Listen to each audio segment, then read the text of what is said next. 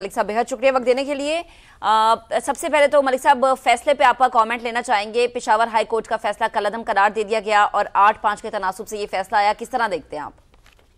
मुझे लगता है सुप्रीम कोर्ट ने आज बहुत बहादुरी का मुजाहरा किया है और वो जो माजी के इनके मुख्तलिफ नौयत की मसलतें आती थी फैसले करते हुए, मुख्तलिफ किस्म के इनके फैसलों के अंदर रिफ्लेक्शन आती थी। माजी हमारा यही है, दबाव का इजहार होता था, कभी फैसला एक करते हुए कभी दूसरा करते हुए। खास तौर पर जो बड़े सियासी फैसले थे उसके अंदर माजी सारा हमारा इसी तरह के फैसलों से दागदार है। लेकिन ये आज वाला फैसला बहादुरी वाला फैसला है और इसके अंदर उन्होंने इलेक्शन कमीशन ने जो सुप्रीम कोर्ट के फैसले की गलत तशरीह की थी उसको खुद से बड़े वाज़ेह अंदाज से माना है। पीटीआई का जो बल्ले का निशान छीना जाना था उसको गलत करार दिया। जो हम लोग बार बार कहते थे टीवी चैनल पे बैठ के कि ये एक फैसला जिसने इलेक्शन कमीशन ने किया, सुप्रीम कोर्ट ने उसकी तौसीक कर दी। ये हम लोग यही कहते थे कि सुप्रीम कोर्ट ने तौसीक की और एक बड़ी सियासी जमात को इंतखाबी अमल से बाहर कर दिया, ये गलत है। तो सुप्रीम कोर्ट ने कहा नहीं, हमारे तो फैसले की इंटरप्रिटेशन ही गलत की है, हमने तो सियासी जमात को बाहर निकाला ही नहीं। मखसूस नशिस्तें उनका हक था, वो सियासी जमात थी और अब भी है। और इसी तरीके से वो उनके अरकान जिन्होंने पार्टी डिक्लेरेशन जमा करवाया था, पार्टी टिकट भी जमा कराया था, उनको इलेक्शन कमीशन ने खुद से आजाद करार दे दिया था कि पार्टी तो है ही नहीं इसलिए आप सारे आजाद हैं। सुप्रीम कोर्ट ने उसकी भी सलाह की। तो बहुत बड़ा फैसला है और इसके बहुत दूरदराज सियासी नताइज भी मुरतब होंगे। हुक्मरान इत्तेहाद की जानिब से एक दबी हुई ख्वाहिश थी उनके अंदर और मुख्तलिफ हल्कों को वो इशारों कनायों में कम्युनिकेट करने की भी कोशिश कर रहे थे कि हमें 2 तिहाई अक्सरियत अगर ईवान के अंदर मिल जाए तो दो चीजें तो बड़े वाज़ेह अंदाज में नजर आ रही थी कि वो कुछ ऐसी रिफॉर्म्स करना चाहते हैं जिसके नतीजे में चीफ जस्टिस का जो ऑफिस है उसकी मुद्दत 3 साल कर दी जाएगी। बहुत कंट्रोवर्शियल मूव थी लेकिन ऐसे मौके पर कर रहे थे जहां पर ये एक सियासी फैसला आना था। तो यहाँ पर तो मैं जजों को शाबाश दूंगा जो जमकर खड़े हुए। 13 में से 11 जज, ये तो फैसला तो अक्सरियती 8 का है ना, लेकिन आउट ऑफ 11 जजेस ये कह रहे हैं कि ये सीटें तहरीके इंसाफ की थी, उसी को जानी चाहिए। तो बहुत ताकतवर फैसला है। सिर्फ काजी साहब और शायद मंदोखेल साहब दूसरे जज हैं जिन्होंने उससे पूरे मुकम्मल तौर पर इत्तेफाक नहीं किया। तो फैसला बहुत बड़ा है जिसके बहुत ज्यादा सियासी नताइज होंगे और पीटीआई को कहना चाहिए कि पोलिटिकल रिवाइवल मिल जाएगी। पार्लियामान के अंदर एक बड़ी सियासी जमात और शायद इन नंबर्स गेम में जब रिजर्व सीट्स फाइनल हो जाए तो पॉसिबली शायद ये लार्जेस्ट पार्टी होगी इस वक्त कौमी असम्बली में।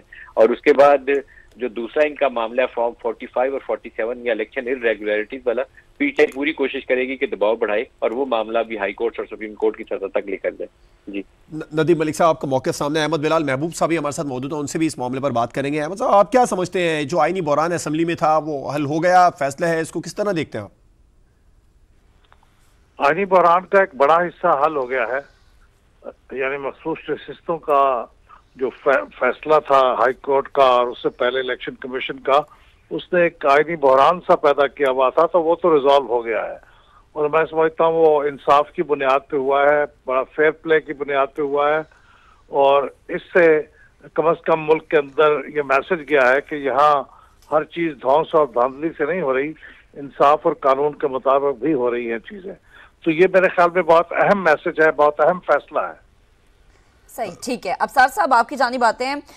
तारीखी फैसला है, इसको तारीख में याद रखा जाएगा। बैरिस्टर गौहर के ये रिमार्क्स से भी वो गुफ्तगू कर रहे थे। कैसा आप सियासी इम्पैक्ट देखते हैं कि अब हमारा सियासी माहौल क्या हम चेंज होते हुए देखेंगे, कोई बड़ी तब्दीली आ सकती है?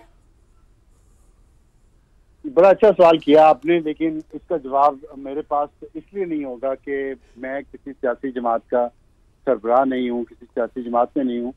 तो इसका फैसला अब सियासी जमातों ने और उनके सरबराहों ने करना है कि इस फैसले को मुस्बत तरीके से इस्तेमाल करते हुए क्या वो इस मुल्क के अवाम की हालत सोचते हुए वो आगे बढ़ने का रास्ता कोई डिवाइस कर सकते हैं या नहीं कर सकते। क्योंकि बॉल जो है वो अब पार्लियामेंट के कोर्ट में है। सुप्रीम कोर्ट ने इससे अदलिया से लोगों की बहुत शिकायतें थी और अब भी हैं, लेकिन अदलिया ने एक बहुत वाज़ेह फैसला दिया है, बहुत वाज़ेह फैसला, इसमें कोई अगर मगर नहीं रह गई।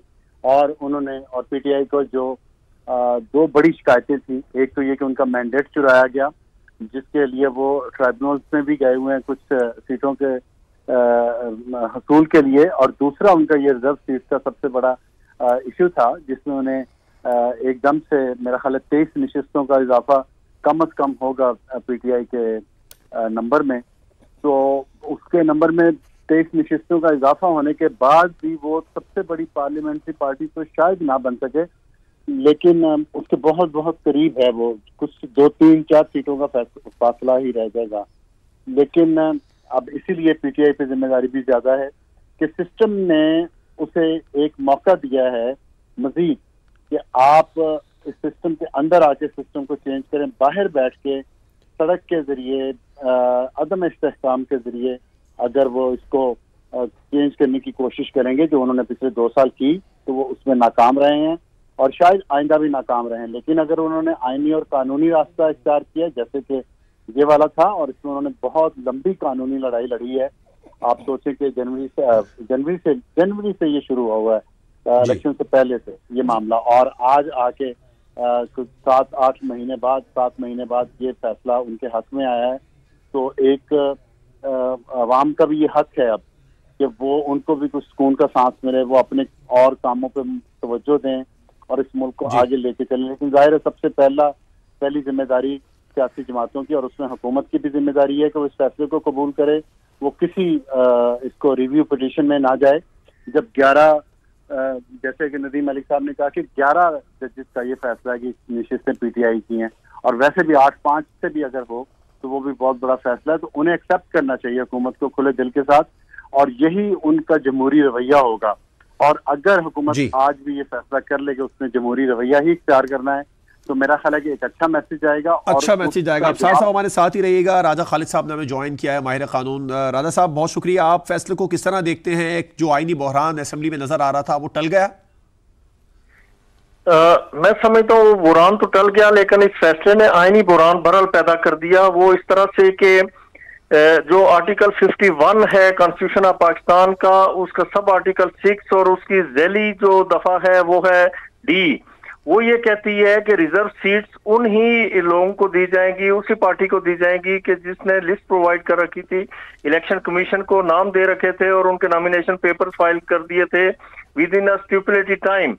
लेकिन यहाँ पे ऐसा नहीं हुआ। तो मैं समझता हूँ कि जो आर्टिकल 104 है, जो हमारा इलेक्शन एक्ट है 2017 का, वो और उसके जो नीचे जो रूल्स बनाए गए, वो रूल 92 से लेके 96 तक, उन सब की वायलेशन मुझे इस फैसले में नजर आती है कि उनको बिल्कुल वायलेट करते हुए ये फैसला दिया गया। अब इससे बुरान पैदा होते हैं। कोर्ट्स का काम ये होता है कि वो कानून की तशरीह करें, आइन के अंदर कोई इबहाम है तो उस इबहाम को दूर किया जाए, उस एम्बिगुइटी को रिजॉल्व किया जाए। लेकिन कोर्ट्स का काम ये नहीं होता कि एम्बिगुइटी दर एम्बिगुइटी पैदा करती जाए, चूंकि आप देख चुके हैं माजी करीब में कि article 63A of the constitution of Pakistan that was amended bye a bench of the supreme court of Pakistan के जी मुनरिफ अराकीन के वोट्स आप काउंट नहीं कर सकते। तो इस तरह से आइन का कम्प्लेक्शन चेंज हो जाता है, उसका हुलिया बिगड़ जाता है।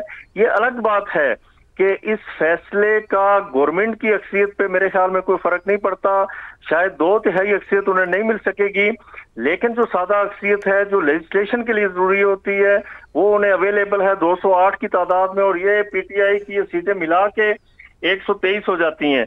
अब यहाँ पे एक और इंटरेस्टिंग क्वेश्चन है कि जो हमेशा रहेगा कि सुन्नी इताअत कौंसिल जो है, सुप्रीम कोर्ट के सामने सवाल तो ये था कि ये सीट सुन्नी इताअत कौंसिल को मिलनी चाहिए, पीटीआई को मिलनी चाहिए, और ये ऑब्जर्वेशंस भी आती रही कि जी वोट पीटीआई को दिया गया या जिन लोगों को दिया गया उन ही की ये सीट सोनी